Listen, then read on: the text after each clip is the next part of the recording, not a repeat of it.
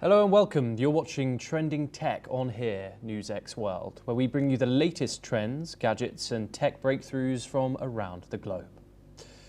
Cyber attacks on governments have become a growing and sophisticated threat, driven by geopolitical tensions, espionage and financial motives.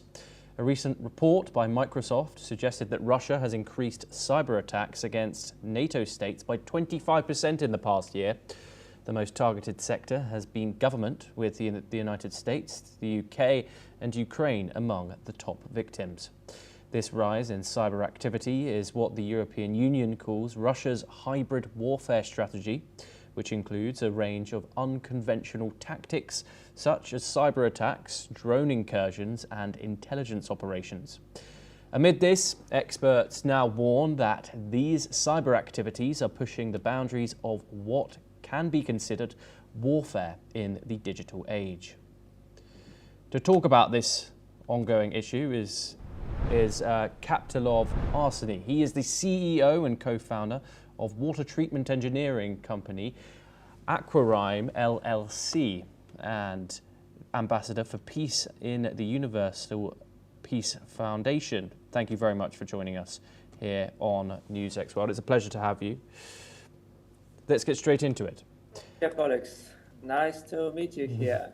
Great for you to be with us. What exactly constitutes a cyber attack, and how does it differ from other types of digital threats? It's a very actual topic now, so let's have a little conversation about it. I think it's great. Nowadays we can still talk all over the world about problems and real situation in the world.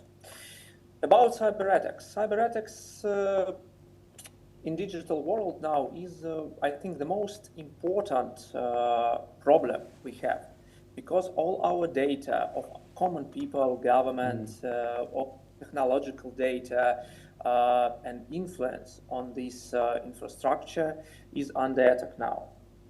Because cyber attack is hacking, encryption, destabilizing system of whole countries maybe. Sometimes it's about companies, sometimes it's about banking system, and it's very scary nowadays. Maybe 10 or 15, 20 years ago, we watched this situation in movies and think without, oh, it would never happen. It's maybe thousands and thousands years further, but now we can see that we are living in this age. So it's very, very important problem now. And with the whole world, we need to understand how to solve it and to work with it. Yes, and why are governments and organizations so vulnerable to these cyber attacks? And of course, what can be done to improve their defenses?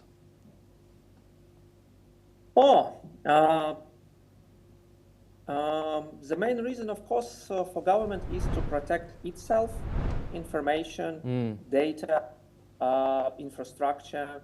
And from another side, of course, as we know from books, that the best protection is attack. So the second part of this war is about to get data from other countries and get access to influence their infrastructure, include banking, generation, etc.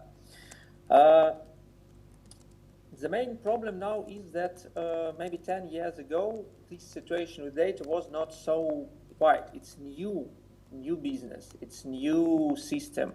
Maybe 10 years ago, IT was not popular. And now we see that all infrastructure is based in old-fashioned and very old system.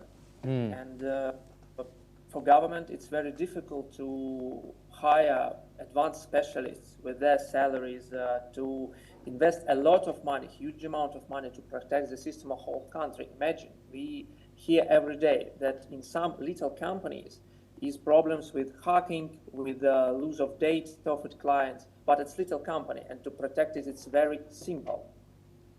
But if we see that these companies have a problem, imagine country, government, it's great aim for attacking, for finding loopholes in systems, and now governments need to invest billions, trillions of dollars to protect it. And now that's the main problem. They don't have money from one side. They can't afford to hire best specialists from another side, because all huge companies in the world, like, I don't know, Apple, Microsoft, Google, are interested in such specialists. And you can't go to labor market and say, guys, hello, please come to us. No, you can't find them. So that's the main reason about this situation with loopholes in government systems. Yeah, and Kaptilov, we've seen an increase in these state-sanctioned cyber attacks, of course, in recent years. What do these attacks play in geopolitical strategy and international relations? As usual, as 20, 30 years ago, spies tried to find information, collect it, and know mind of enemies, plans of enemies. Now the same is cyber espionage. You need to have access to diplomatic, military, economical information. You need to have information for sabotage or show forces, attacks on public services, infrastructure, and etc. Pressure on assets, and make some bullshit information for people and the nation. That situation is opposite. Now we live in a time of fakes, and who own real information rules the world. It's the simple thing. So that's the reason all governments now are interested in develop cyber attacks to their enemies, sometimes to their partners, because information from partners is maybe very important too. Today you are friend, tomorrow you are enemy. So, yeah, and do you think major cyber attacks are effectively now an act of war? And do you think countries should start treating them as such? I think the situation is very interesting now, because now countries are playing in hybrid warfare. So we can see that, for example, America is playing a lot of games, a lot of conflicts, real conflicts, offline conflicts, let's name them this type, all over the world. But from another side, in shadow zones like cyber, a lot of acts too. So this is hybrid warfare. Now countries don't operate only with offline or online separated. Now everyone operated with complicated systems. You can see now in a war between Russia and Ukraine, a lot of drones are using with artificial intelligence. So, and you see that protect from them is very difficult. But if you ruin IT infrastructure of your enemy can't operate its own drones, but you can. Yeah. And this muscle, you can change the war in one button. And it's very, very scary now, because all military, all resources now is based on IT. So that reason to protect it, it's the first idea now. It's not so easy to grab tank, Yeah. steal tank, or to steal jet fight, but it's simple to steal information, to steal influence, and to steal control on IT infrastructure. And now your drones become your enemy's drones. Yeah, and Kaptilov, of course, it's important not to speculate, and of course, this is an extreme example. But what is the worst case scenario when it comes to a cyber attack? For example, could one single coordinated attack shut down a country's entire infrastructure, for example? Yes, it's the main aim. If you can shut down the country infrastructure, for example, imagine you live in India, Russia, America, and you wake up and you can't use your bank accounts, can't use your bank application. You can't use your cable TV. A lot of cars now are with IT inside it, with soft inside it. You can't use them. You can't turn on your electricity in your flat or to cook your sandwich in the morning.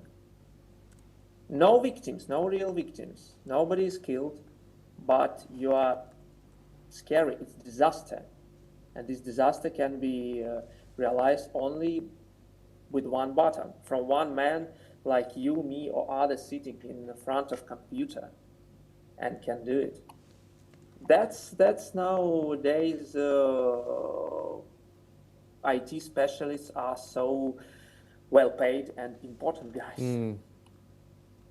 Yeah, and finally, do you think, of course, the world has nuclear non-proliferation treaties, organizations like the United Nations? Do you think it's time that the world develops something similar, but for cyber warfare instead?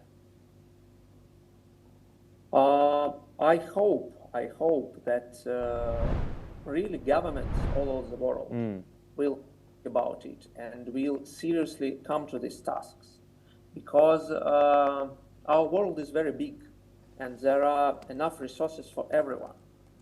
And from my point of view, it's my personal opinion, the whole world can live in peace and think about more strategic ideas. For example, how to win above cancer, or about other sickness and illness we can't, or about how to people live longer or happy life. So I hope that government will sit on the table and during negotiations decide to create a real instrument, organization, or something like it, to protect common people from all these problems and all this disaster with IT infrastructure. Because developing it, it's very good, but sustainability, and I think everyone understands that sustainability of each system is very important. You can't create everything. Let's remember Babylon Tower. It was a great example because it was sustainable. Once everyone started to talk different languages, and this project was ruined. Yes. Yeah. So now we can see the same. If sustainability of all this modern system won't be achieved, we can see, I'm afraid of it, that we can see a ruined world. And I hope that big smart guys in governments, presidents, heads of corporations really will sit during negotiations and find solution to protect world from these disasters. Really. Well, Kapitolov Arseny, thank you very much for joining us on Focal Length. Well, that's all we have time for here on Trending Tech. Thank you very much for joining us here on the program, and stay tuned on NewsX World for more international updates.